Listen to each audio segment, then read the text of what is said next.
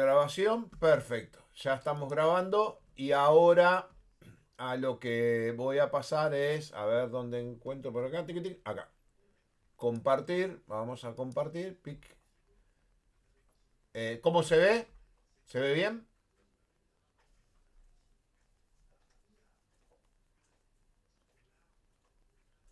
Piqui. Bien, perfecto, se ve bien. Entonces, vamos a pasar. No, esto es porque ando con otros líos ahí. Del tema de la guerra de Irán y todo eso. Para los que le interese, voy a subir después también la página de YouTube, ahí como agregado. Ayer estuve un par de horas en una charla con Jorge Valmeli en Al Hueso, con otra persona, hablando sobre el tema de la guerra de Irán, Estados Unidos, Israel. Y bueno, para los que les interese, se tienen que comer una masa de un par de horitas, pero capaz que les entretiene un poco. Eh, ¿Qué era lo que estoy buscando? A ver, la clase acá. Ah, claro, no, claro. Era la otra opción. Esta no. Este no. Este tampoco. ¿Qué pedí? Ah, pues cerré todo.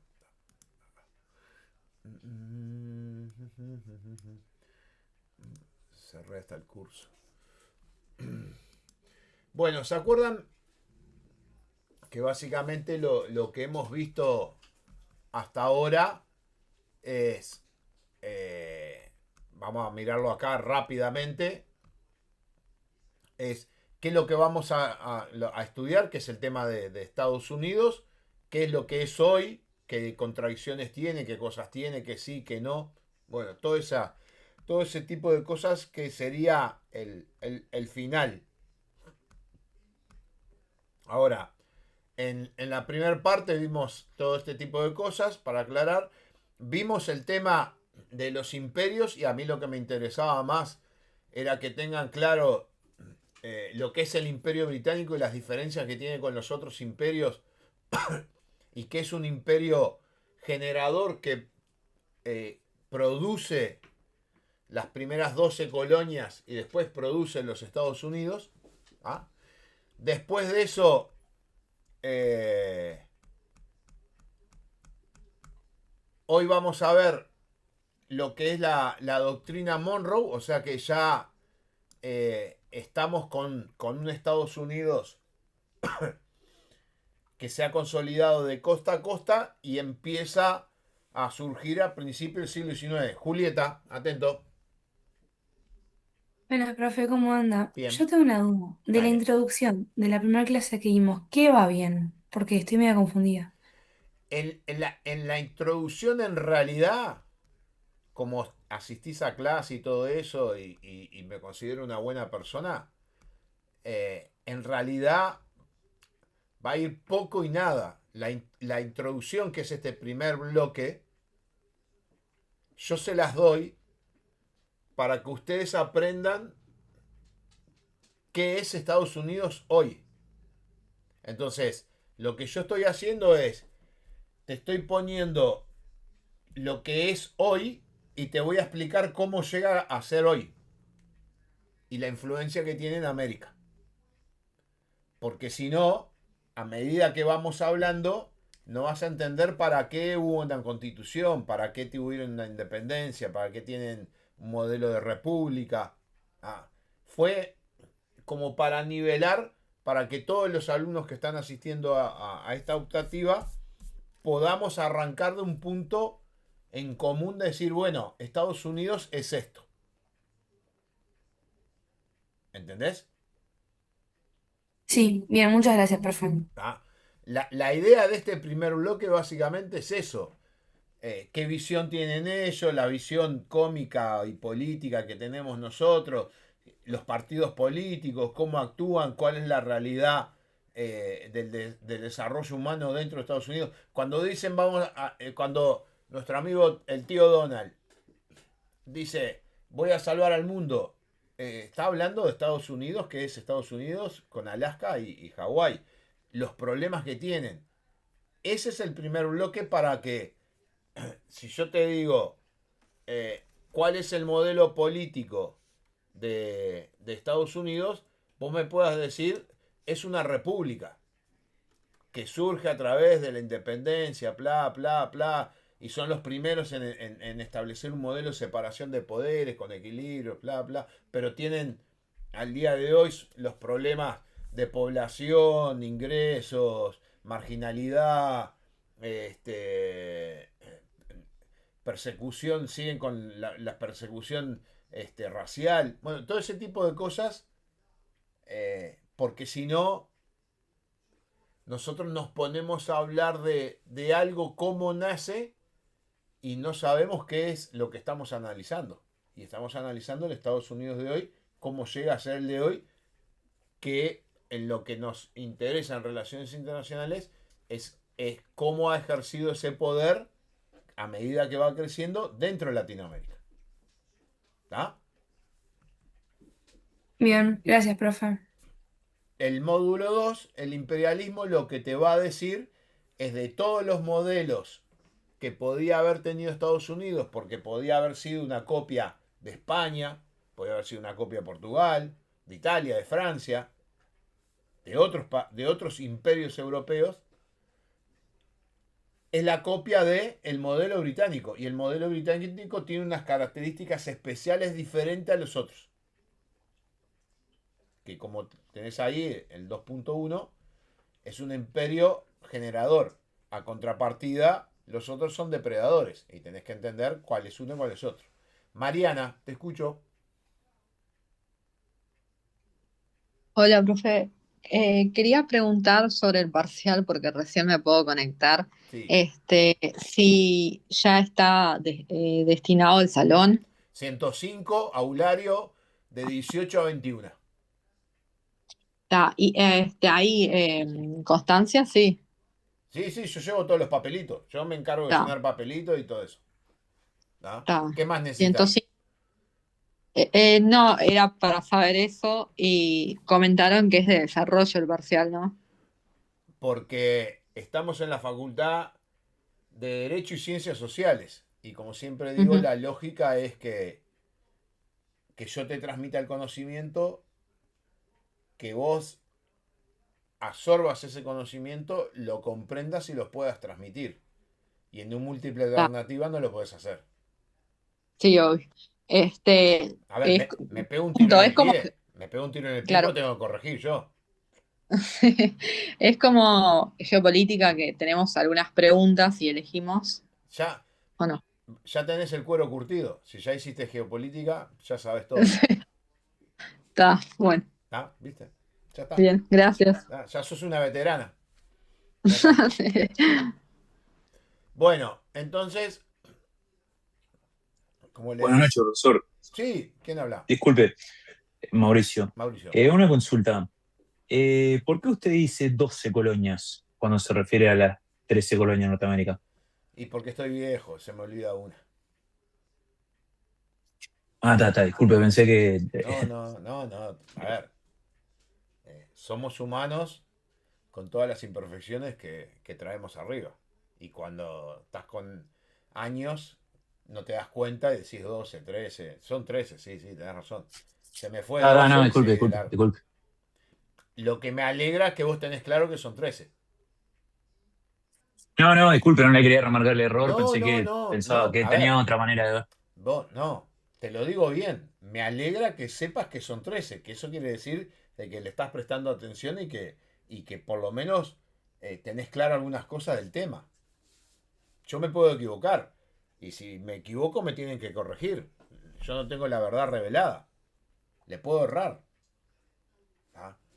Te agradezco que me corrijas. Como te digo, me alegro porque demuestra que estás, por lo menos estás compenetrado en el curso y sabes que son 13 colonias. ¿Ah? ¿Por qué 12? No sé, se me escapó. Yo qué sé, se me escapó. Eh, ¿Algo más? Bueno, y acá tienen lo del Imperio Británico, les decía, Y acá tienen las diferencias entre España y Portugal. ¿Por qué es importante también esto? Porque Portugal, como les dije, es hijo del Reino Unido, a lo mismo que Estados Unidos. Y Portugal después va a generar a Brasil. Bueno, vamos a ver si esto de 27 minutos, ahora vamos a ver si lo podemos ver. Esto, Profe, yo tenía una duda. dale. Em, ¿Por qué decís que el Imperio Británico es generador? O sea, ¿lo decís por el hecho de las 13 colonias como que permitía este autogobierno en cierto sentido? Leete el documento que dice depredadores y generadores y ahí te vas a dar cuenta por qué digo que es generador. Dale, genial, gracias. Joaquín.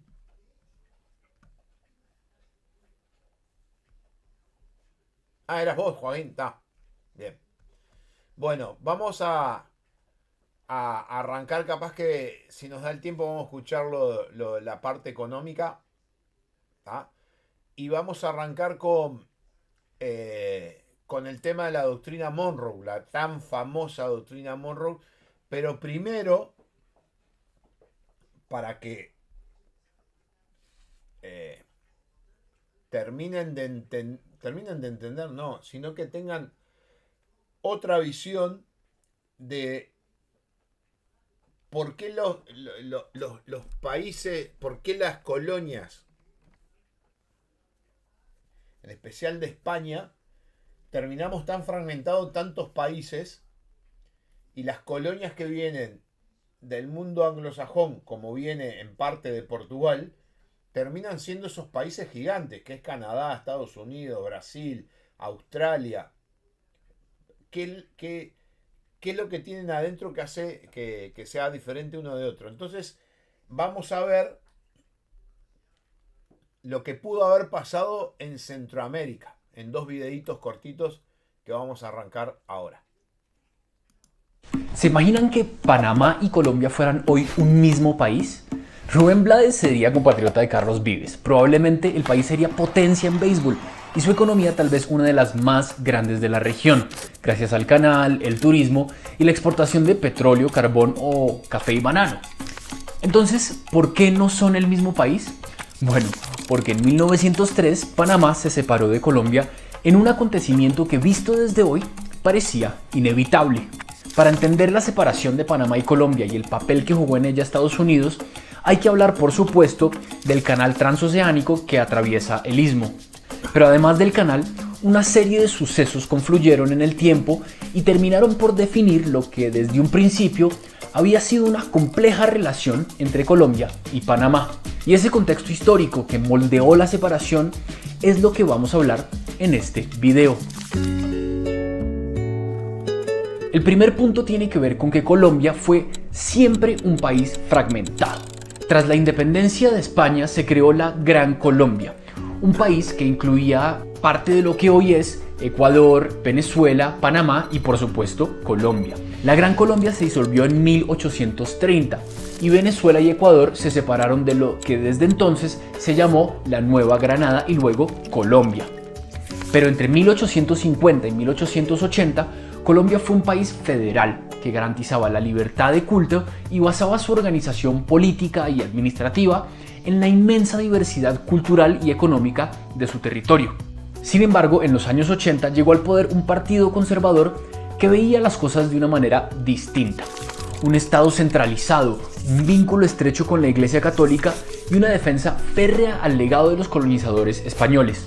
La llamada Regeneración promulgó en 1886 una constitución que, entre otras cosas, debilitó el poder de los 9 estados soberanos, que pasaron a ser entidades político-administrativas dependientes del gobierno de Bogotá. Y una de ellas era, como ya se pueden imaginar, el Istmo de Panamá. Yo creo que los acontecimientos en Colombia fueron creando la oportunidad para que eso ocurriera. Ya la guerra de los 1000 días fue como el martillazo que terminó de requebrar esa unión. La llamada Guerra de los 1000 días entonces fue el resultado de la reacción de conservadores moderados y liberales que estaban en contra de lo que para ellos era un gobierno cada vez más autoritario. Al final los conservadores ganaron la guerra en 1902 y se inició lo que hoy se conoce como la hegemonía conservadora. Sin embargo, el saldo de la guerra fue enorme. Murió un 3% de la población, la infraestructura y la industria quedaron destruidas, se dispararon la inflación y la deuda externa y miles de personas dejaron las ciudades.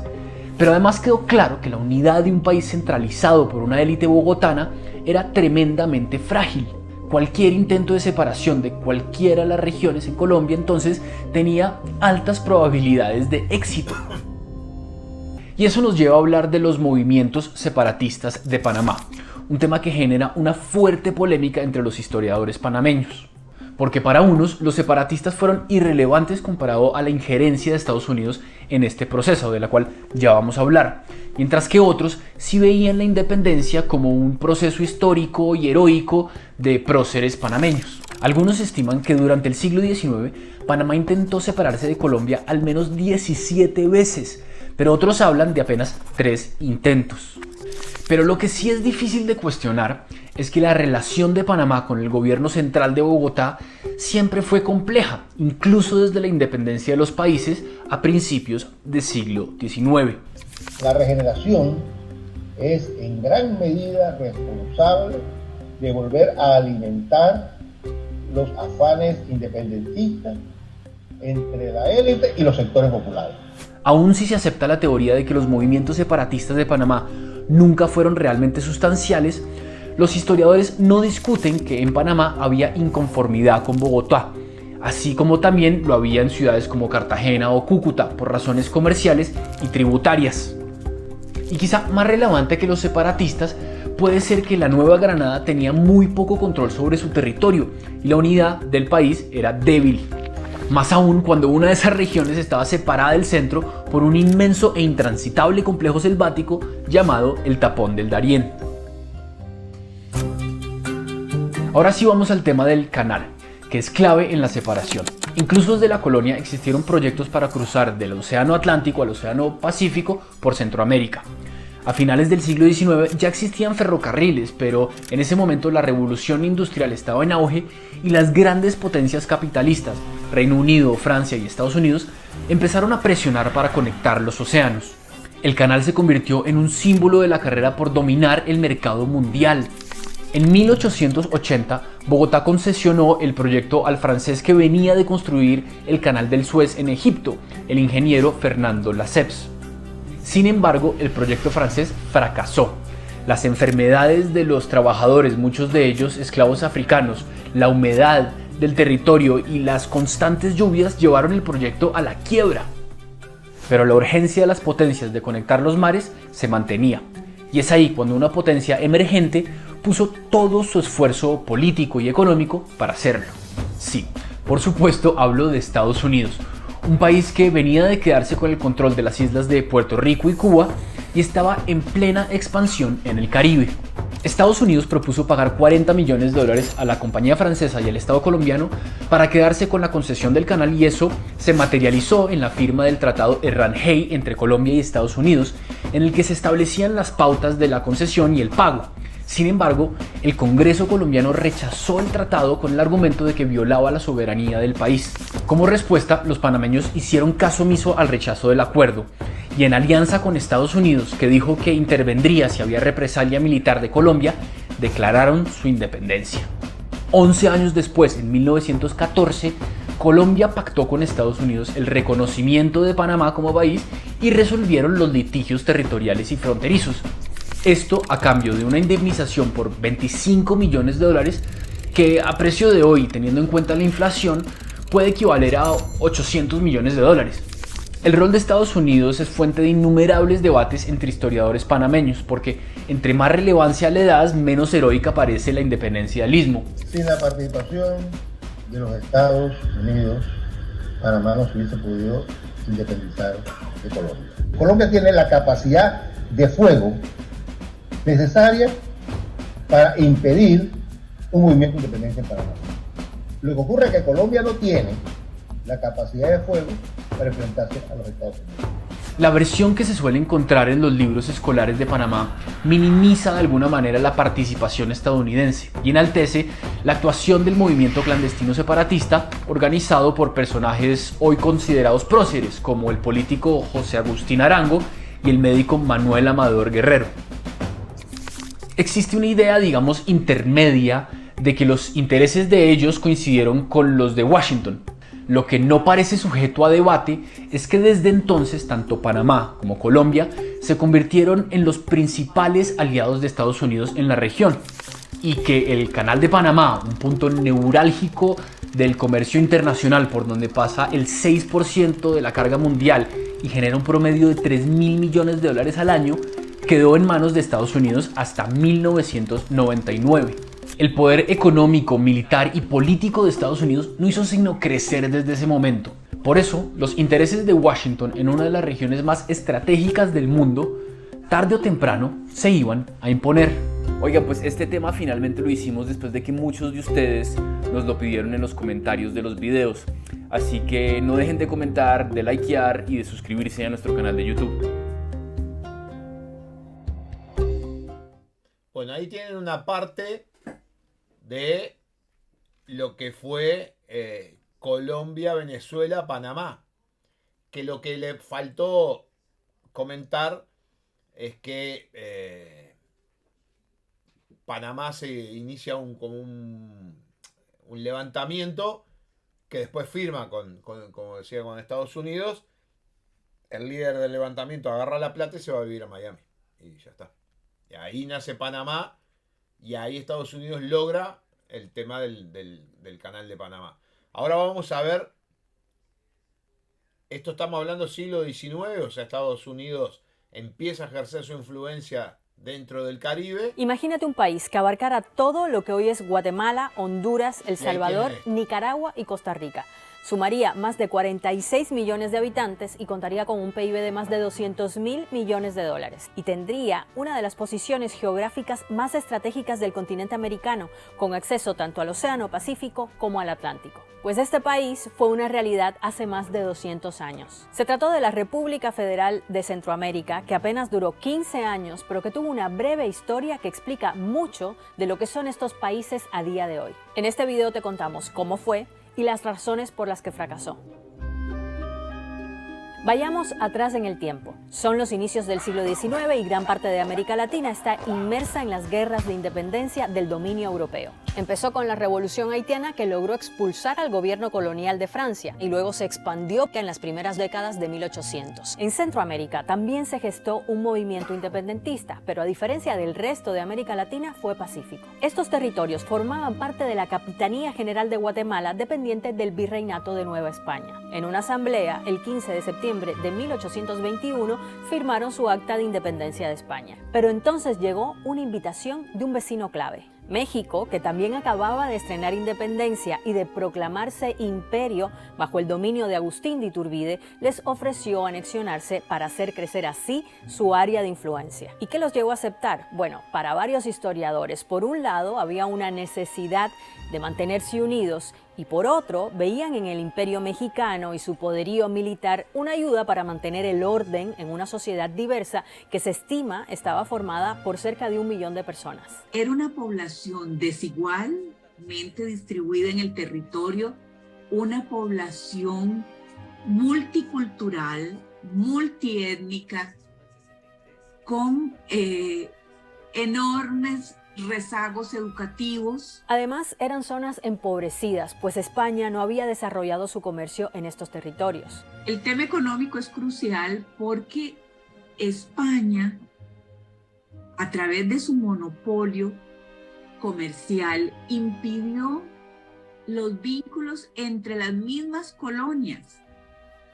Entonces, por ejemplo, Centroamérica no podía comerciar con Panamá, porque Panamá pertenecía a otra audiencia y a otra unidad administrativa. Pero esta anexión al Imperio Mexicano no duró mucho. Primero, porque algunos de sus habitantes nunca estuvieron de acuerdo con esta unión. A esto se sumaron las diferencias de intereses entre las élites de cada región y también la lejanía del centro de poder. Así que el 1 de julio de 1823, Centroamérica proclamó su independencia absoluta de España, de México o de cualquier otra potencia. Un año después, estos territorios adoptaron oficialmente el nombre de República Federal de Centroamérica y proclamaron su constitución. Y ahí se estipuló que cada uno de los estados que la componían fuese libre e independiente en su gobierno y administración interior. Sigue el modelo federal estadounidense, ¿no? Básicamente, donde Centroamérica es una confederación de estados, ¿no? Que tiene un Congreso Federal,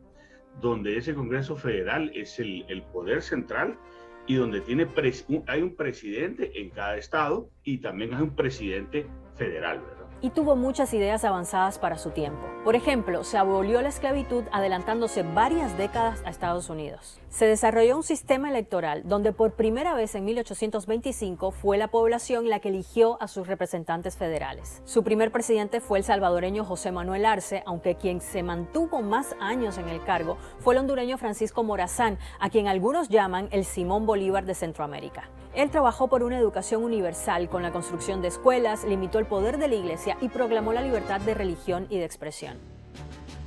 Pero este modelo federal, que había tenido tanto éxito en el norte, no lo fue tanto en Centroamérica. Según la visión de los historiadores, durante este periodo en Centroamérica no se construía un poder, sino que se lo disputaba. La población más liberal consideraba que el presidente Arce había cedido ante las presiones de las clases conservadoras que defendían los privilegios de la iglesia y un gobierno más centralista con menor autonomía para cada estado. Esta tensión llevó al estallido de la Primera Guerra Civil entre los estados miembros de la Federación, que se extendería hasta 1829 y que también llevó a la caída de Arce. Pero el gobierno de Morazán también sería convulso debido a conflictos generados por divisiones de clases, distintos intereses económicos y enfrentamientos entre partidos políticos de cada estado. Y aparte de un poder ejecutivo y legislativo a nivel federal, cada estado miembro también tenía sus propias fuerzas armadas encargadas de su defensa. Todo esto llevó el conflicto entre regiones al extremo, con diversas batallas y levantamientos populares que ayudaron a sepultar definitivamente a la República Federal de Centroamérica en 1839. Todo se complotó, la ausencia de recursos, las guerras, los intereses localistas. Para entender estas guerras en las que se enfrascaron los centroamericanos, hay que atender también el contexto económico de unos estados que se fundaron en medio de cierta precariedad. La República comenzó, digamos, con las cuentas en cero y muy pocos reales en sus arcas. Y es que esta zona, que no contaba con grandes riquezas de minerales como el oro, estuvo más descuidada por la corona española. La principal actividad para guatemaltecos y salvadoreños era la producción de añil que se usaba en la industria textil en España, mientras que hondureños y nicaragüenses se encargaban de la producción de carnes y víveres para la región. Pero la corona española impidió el desarrollo del comercio de estos productos con otras partes del mundo y esto afectó su desarrollo económico. Entonces, para echar a andar la economía, los centroamericanos decidieron acudir a un empréstito de un banco inglés que, lejos de salvar sus finanzas, las condenó por décadas. La deuda inglesa, ¿verdad? Que es un tema bastante estudiado, ¿verdad? Afectó la economía centroamericana también. ¿Por qué razón? Porque esta deuda se contrae precisamente por la falta de contribución de los estados a la federación. Entonces, la manera de poder sobrellevar esa dificultad fue hacer ese préstamo a Inglaterra, préstamo que por cierto terminó de pagar hasta la década de los 70 prácticamente, ¿no? Fue un préstamo largo, ¿verdad? Que tuvieron los países centroamericanos, ¿verdad? Con Inglaterra y que en su momento sirvió para buscar financiar la federación, pero que no tuvo ningún resultado porque termina disolviéndose. La topografía del lugar tampoco fue favorable al desarrollo de la República Centroamericana ni a la unidad de sus estados. Recordemos que se trata de una zona montañosa y volcánica en donde España durante su época colonial no desarrolló un sistema de comunicación y transporte eficiente, lo que complicó el comercio y el intercambio entre sus habitantes. Esto fomentó las pugnas entre las élites económicas de cada estado, que más que generar un comercio hacia el interior, buscaban cómo exportar sus productos, potenciando los distintos puertos en sus territorios. Así llegamos a 1838, cuando semanas después de que Nicaragua declarara su independencia, un decreto federal dio libertad a los estados para organizarse como estimaran conveniente. Después se separarían Honduras, Costa Rica, Guatemala, hasta que en 1839 se puso fin al fallido intento de unir a Centroamérica. Lo cierto, sin embargo, es que la unidad de la región sigue siendo un sueño para muchos centroamericanos y los esfuerzos por conseguir una mayor integración no han parado. Pero estos esfuerzos también se han visto afectados por muchos de los problemas que causaron el fracaso de la República Federal, y los intereses de cada país no siempre han podido conciliarse. Y en la actualidad, desde la década de los 90, existe un sistema de integración centroamericano conocido como SICA, que tiene entre sus instituciones un Parlamento Centroamericano y también una Corte Centroamericana de Justicia. Pero estas instituciones, digamos que tienen una función más simbólica que real. También hay otros esfuerzos conjuntos concretos. Por ejemplo, fue como región que Centroamérica logró un tratado de libre comercio con Estados Unidos. Si aprendiste con este video, por favor compártelo. Si te gustó, déjale un like. Y si te gusta lo que hacemos en este canal, suscríbete. Ya nos vemos en el próximo. Chao. Bueno, ahí vieron lo que pudo haber sido. O sea que Estados Unidos, después de este proceso, ¿dónde está? Acá. Desde las colonias hasta la expansión a California, que después lo vamos a ver, que es parte de lo que se llama el destino manifiesto, no hubiera sido lo mismo su influencia en el Caribe si aparte de México, por abajo de Península de Yucatán, hubiera tenido la construcción de ese estado, que era un estado muy poderoso. La esencia del tema acá es que la herencia de la región, esa herencia española, llevó a que la visión que tuvieran fuera de fragmentación y de que cada líder dentro de su región pudiera ejercer su poder y no tener una lógica como tiene el Imperio Británico, que le deja a Estados Unidos, de estados federados unidos bajo una misma lógica. ¿Cuál fue una de las primeras banderas de Artigas en la Liga Federal? ¿Cómo, no sé si se acuerdan cómo era la bandera? Que tenía una representación de los estados de Liga Federal. ¿De qué forma? De una forma parecida a la que la tuvo Estados Unidos al principio, cuando estaba con Washington. Era ¿Martín? no, perdón, profe, un círculo, ¿no? Claro. ¿Qué simboliza, qué es lo que tiene la Unión Europea? La bandera con las estrellas en forma de círculo. La igualdad respecto al centro. Al centro de poder. O sea que todos los estados que están ahí están en las mismas condiciones políticas, básicamente, para poder relacionarse entre sí. Entonces la Liga Federal, la visión artiguista que toma de Washington y de los documentos que generaron la independencia norteamericana, la visión de Artigas, a diferencia del resto de los héroes latinoamericanos, era esa lógica de formar una federación de estados que estuvieran a la misma distancia del centro de poder y de que pudieran relacionarse entre sí para formar, si ustedes quieren, una copia de lo que sería en los Estados Unidos de la Liga Federal. Que después Brasil termina en estados federales, pero por otra razón, por otra lógica. ¿Ah? Entonces, al no existir este país en Centroamérica, que sería la unión hoy de casi 6-7 países, al lograr que Panamá se separe y que la Gran Colombia se divida en dos, en Venezuela y en Colombia, ahí lo que está logrando Estados Unidos dentro del Caribe es formar estados débiles en relación a lo que es Estados Unidos para poder ejercer su influencia, no solo política, no solo militar, sino especialmente económica. Ya que Estados Unidos desde un principio ve como Centroamérica, que es el área de influencia de ellos. Al grado que los que hicieron geopolítica conmigo, cuando vimos a Travassos, el geopolítico brasilero del siglo XIX, una de las cosas que plantea es que Brasil no se enfrenta, no busca ejercer su poder en el norte de Brasil, Colombia, Venezuela, porque esa zona era zona que ya sabía que Estados Unidos estaba presente y no iba a disputar con Estados Unidos esa zona. No.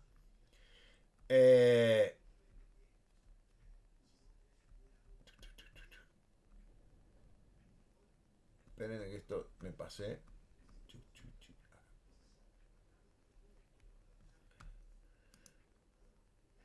Acá lo que ustedes tienen es el documento de la doctrina Monroe, que básicamente estamos hablando del principio del siglo XIX.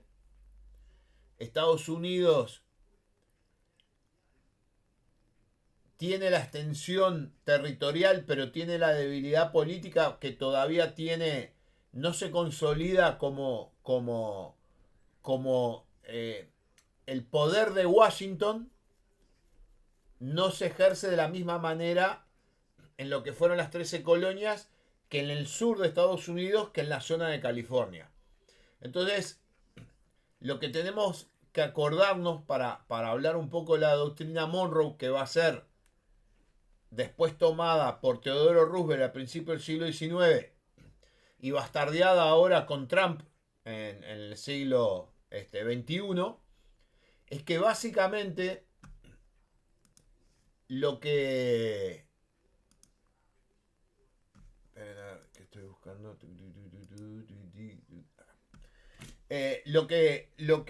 Lo que tienen que ver es que en ese momento en Europa, después de años de guerra, había terminado la guerra con Napoleón. Se hace una reunión, las potencias europeas hacen una reunión para definir qué van a hacer a futuro. Básicamente es cómo van a reordenar el orden mundial, que en ese caso el centro era Europa. Y el único embajador de un país americano que estaba presente era el embajador de Estados Unidos, que es Quincy Adams, que había sido presidente de los Estados Unidos. En esa reunión,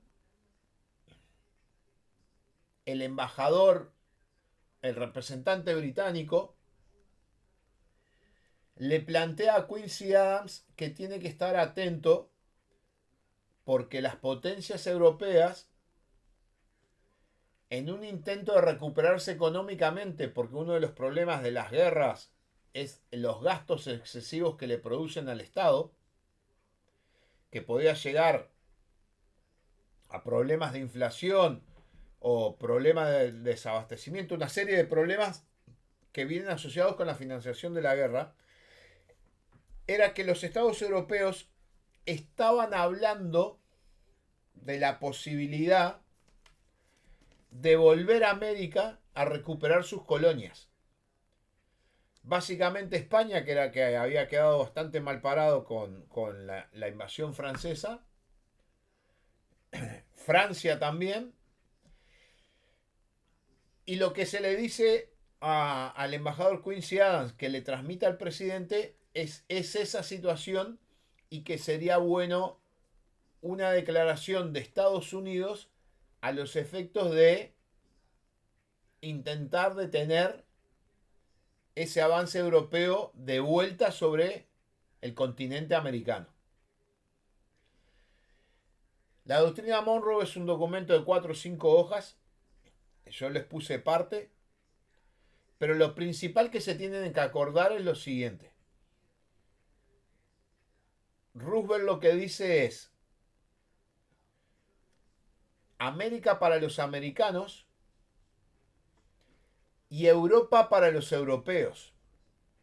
O sea, él lo que plantea es que las áreas de influencia que iban a tener cada uno no tenían que afectar el área de influencia del otro. Entonces Estados Unidos quería mantener su área de influencia sin enfrentarse con Europa. Y si ustedes miran la historia, Monroe no cuestiona las colonias europeas que estaban instaladas por allá por 1830 en Caribe, en especial en el Caribe. No cuestiona Jamaica, no cuestiona a Aruba, Curazao, Bonaire, que era holandés, no cuestiona la isla Martinica, no cuestiona las Antillas holandesas, las Antillas francesas, no cuestiona Bélice, que estaba en el continente en Centroamérica. O sea, lo que trata de evitar es una nueva oleada de las potencias europeas para evitar enfrentarse a las potencias europeas y a su vez poder ejercer esa influencia en lo que consideraba esencial para Estados Unidos, en esa visión que yo ya les dije de tener el Caribe, porque ahí, como lo vemos, lo podemos ver acá,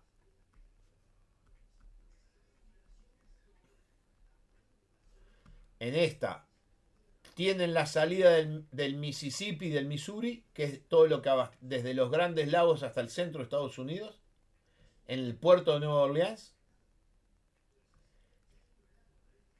que estaba obligado a pasar por el estrecho de la Florida o por el estrecho de Península de Yucatán para después salir con sus exportaciones tanto para América como para Europa.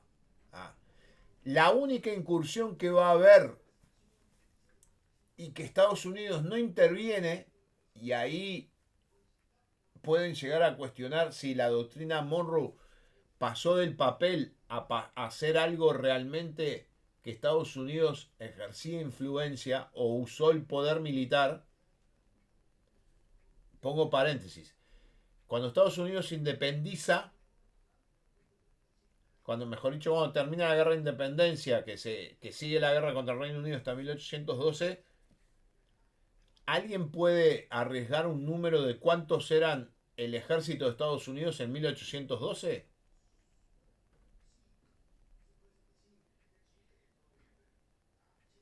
$15 millones. No había 15 millones en toda América del Norte. Lucía, eran que se reproducían como hongos. No. Si ahora tienen 1 millón. Se ve que querés que sean muy poderosos. ¿Otro? ¿Alguien que tire un número? ¿Nadie? ¿Nadie? El ejército de Estados Unidos, cuando termina la guerra de independencia, después de llegar a los acuerdos de 1812 con Reino Unido, eran 45 efectivos. Que lo único que hacían era custodiar un fuerte con armamento que había. Cuando Estados Unidos, antes de entrar en la Primera Guerra Mundial, Hungría tenía más efectivos que Estados Unidos. Estados Unidos crece en número después de la Segunda Guerra Mundial. Entonces, les digo esto y cortamos 10 minutos. Está en Netflix la serie... ¿Cómo era que se llamaba? El nombre de la emperatriz austrohúngara.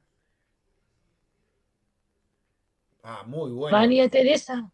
Creo que sí, que vino la primera temporada. No, hay 2 temporadas, viene una tercera. O fueron 2 temporadas ya.